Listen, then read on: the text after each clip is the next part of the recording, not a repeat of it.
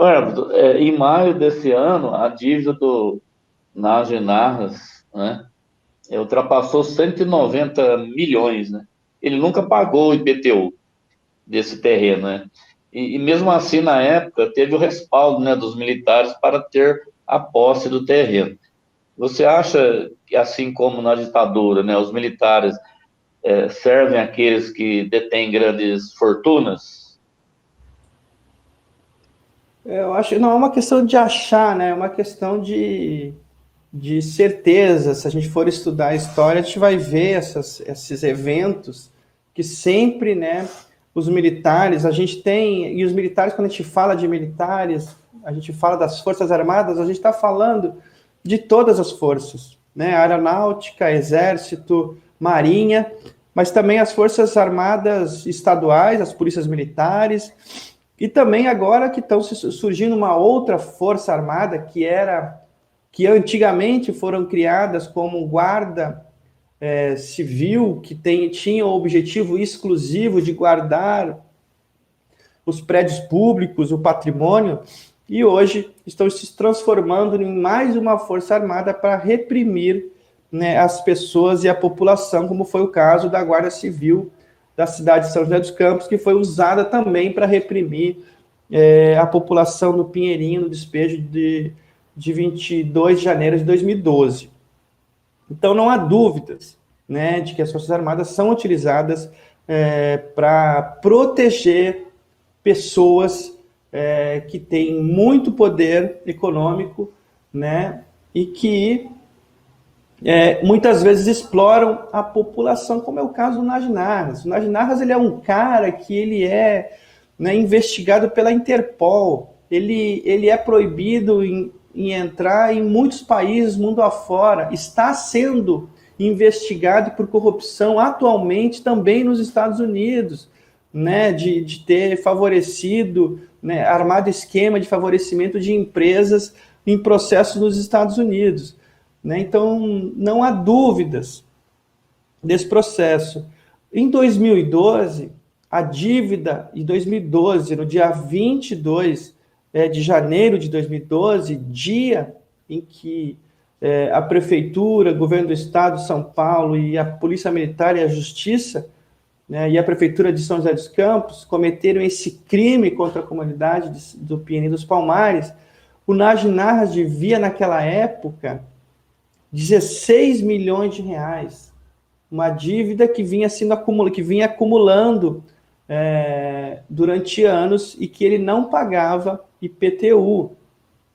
Mesmo assim, a juíza determinou que as forças do Estado protegessem os interesses econômicos e a propriedade do Najnarra sobre um terreno que foi grilado por ele, comprou de forma ilegal, né?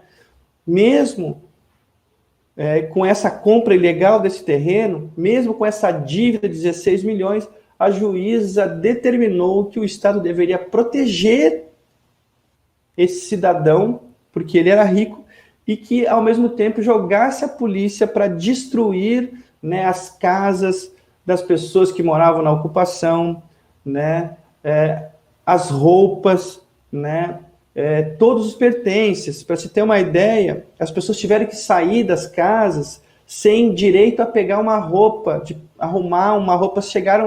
Teve crianças que tiveram seus livros, seus cadernos da escola queimados, que teve crianças que viram suas casas sendo queimadas e derrubadas, jovens que chegaram nos abrigos que eram mais campos de concentração, só com a roupa do corpo, sem saber o que ia fazer no outro dia, como ia fazer no outro dia, né? E a polícia e a justiça, a prefeitura e o governo do estado colocaram fogo na casa das pessoas.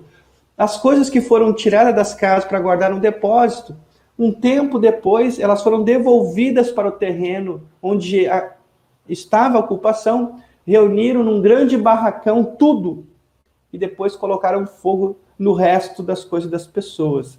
Né? Então, tem processos movidos pela Defensoria Pública da cidade de São José dos Campos, o doutor Jairo, de pedido de indenização, porque o principal argumento que foi utilizado pela juíza para determinar esse massacre, para determinar esse crime contra a comunidade do Pino dos Palmares, era de que eles estariam invadindo uma propriedade privada, estavam violando o direito da propriedade privada.